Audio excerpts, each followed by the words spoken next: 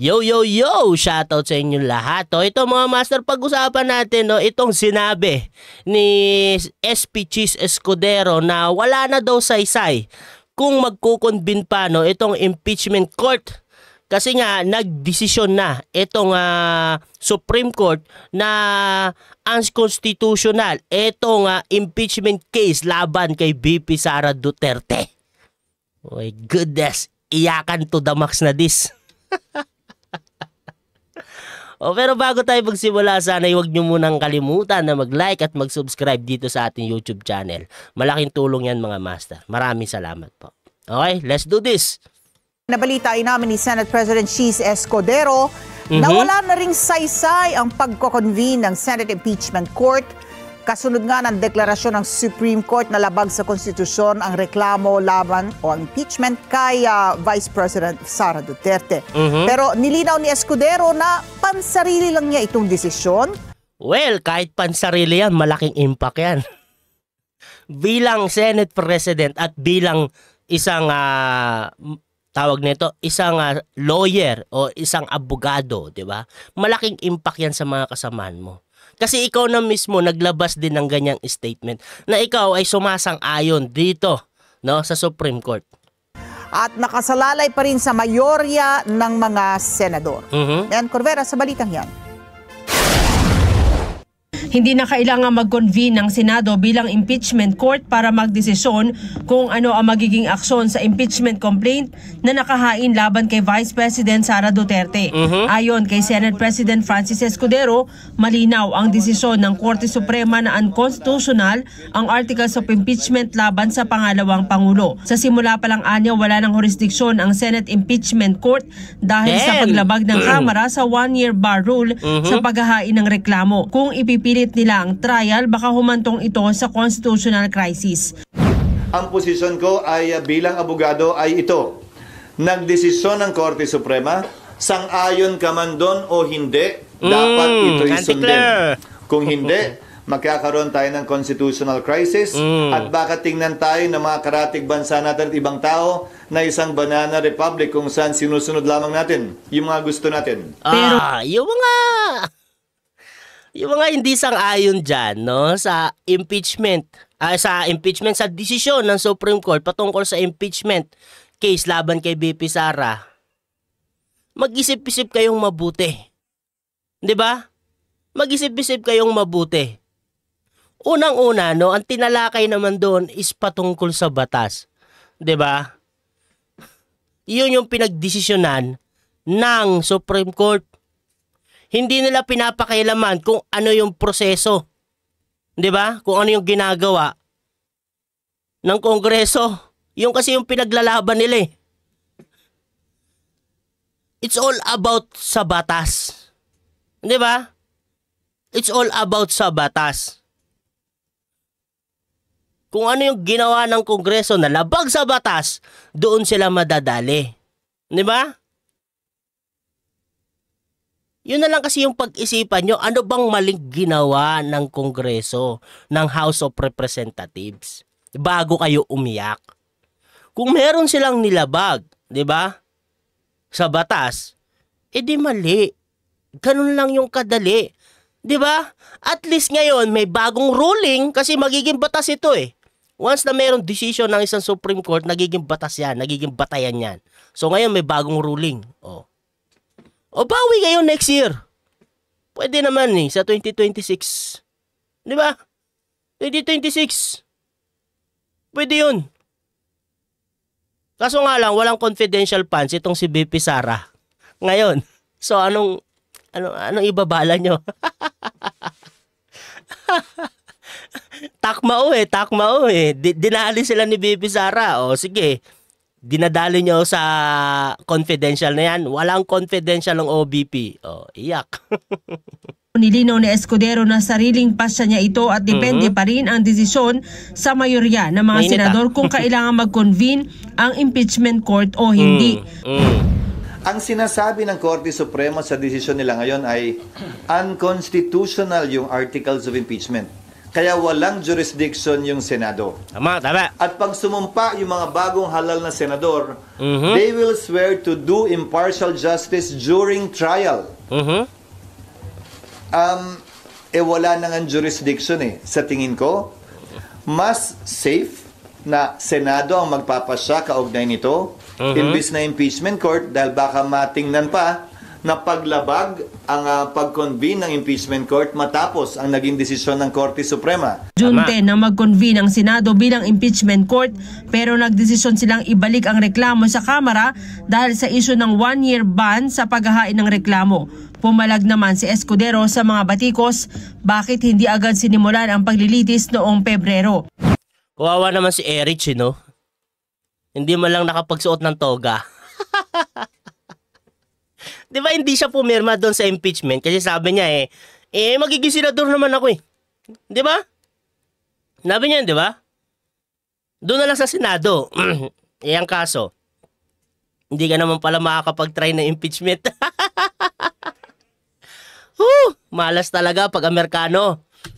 Kung inaksyon na namin, at anong itsura namin ngayon na bawal pala lahat ng ginawa namin?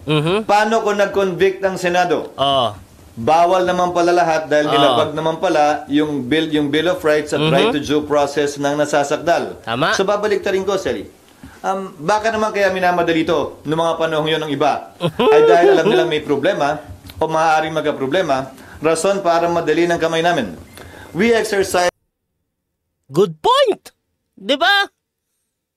Good point, kaya nga naging maingat dito yung Senado.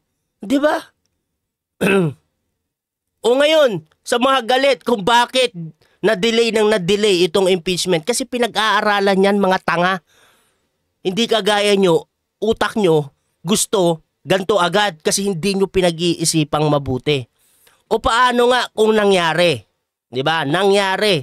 Ginawa nila, inumpisahan nila kagad yung impeachment. O dahil maraming bias, sabihin na natin, sige, na-convict itong si BP Sara.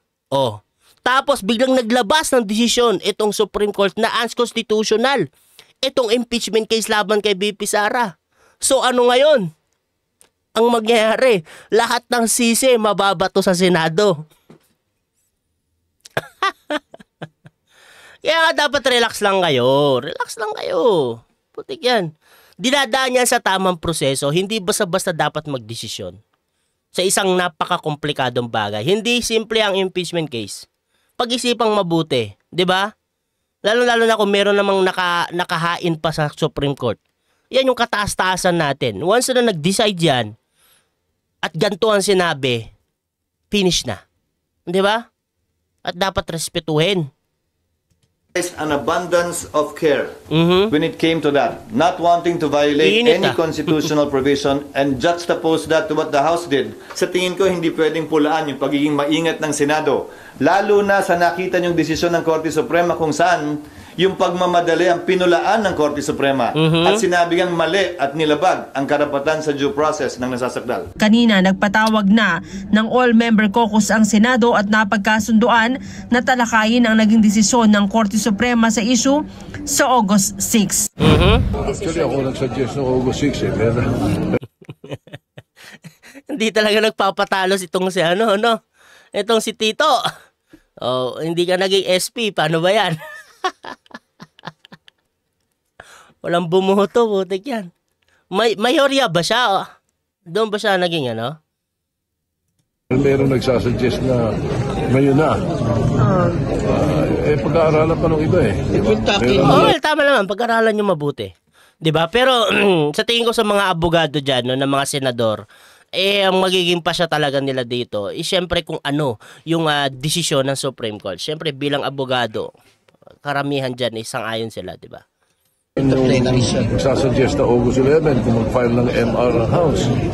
Sabi ko, let's meet halfway. Hindi naman Wednesday next week. That'll give ample time for everyone to study. We can tackle it as a Senate, that's what he means. Depende sa desisyon namin.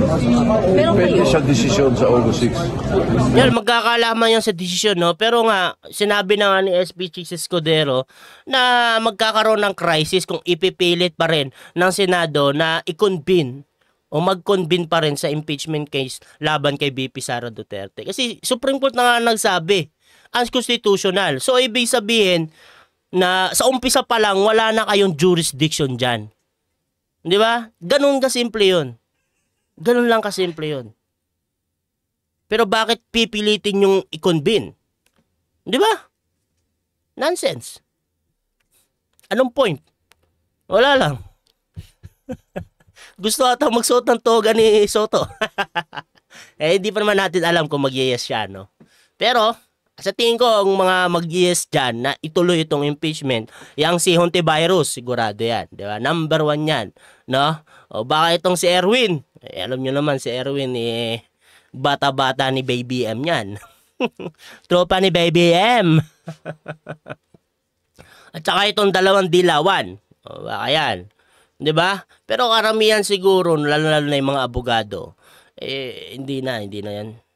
Sure ako. Well, baka magkamali tayo, no? Pero malaki ang tsansa na talagang kung ano man yung naging desisyon ng Supreme Court, yun na rin yung naging desisyon nila. 'Di ba? That question can be answered after OVC. 197 pages yung decision ng Supreme Court. You won't be able to read and understand it within a few hours. Pero malinaw naman yung sinabi nila na, 'di ba, na unconstitutional itong impeachment case laban kay VP Sara. Mean Corvera para sa mata ng Agila, matatag, matapang, matapat. Matapat. Oh. Paano ba yan? Iyakan to the max na pag nagkataon. Bili na lang kayo ng bagong tissue, no? O bili na lang kayo tissue. Diba? Lalo na yung mga supporter ni BBM. Yung supporter ni Tambi. Diba? Tsaka yung mga diaper vlogger. O, bili. Diba? Mga loyalist natin dyan. Iyak na lang talaga. Bawi na lang kayo next year. Meron pa namang next year. Pwede pa naman mag-file ng impeachment next year. Pag natapos itong 1 year, no? 1 year na hindi pwedeng filean ng impeachment laban kay VP Sara. O bawi kayo sa next year. Ang problema lang, no? Wala nang confidential funds itong OBP. So saan kayo babawi? O, hanap na lang kayo ulit ng another butas. Kasi sa tingin ko talaga gusto nilang na-demolish itong si VP Sara, no? Kasi pag si VP Sara naging presidente, malamang sa malamang hahalukayin lahat ng katarantaduhan ninyo. Sureball yan. Sureball na sureball yan. Kaya iyak talaga sa Gidley pang nagkataon. O anyway mga master, agad deal na lang tayo at maraming salamat sa pagsama sa ating live stream. O sana ay huwag nyo munang kalimutan na mag-like at mag-subscribe dito sa ating YouTube channel. Malaking tulong yan mga master. Maraming salamat po.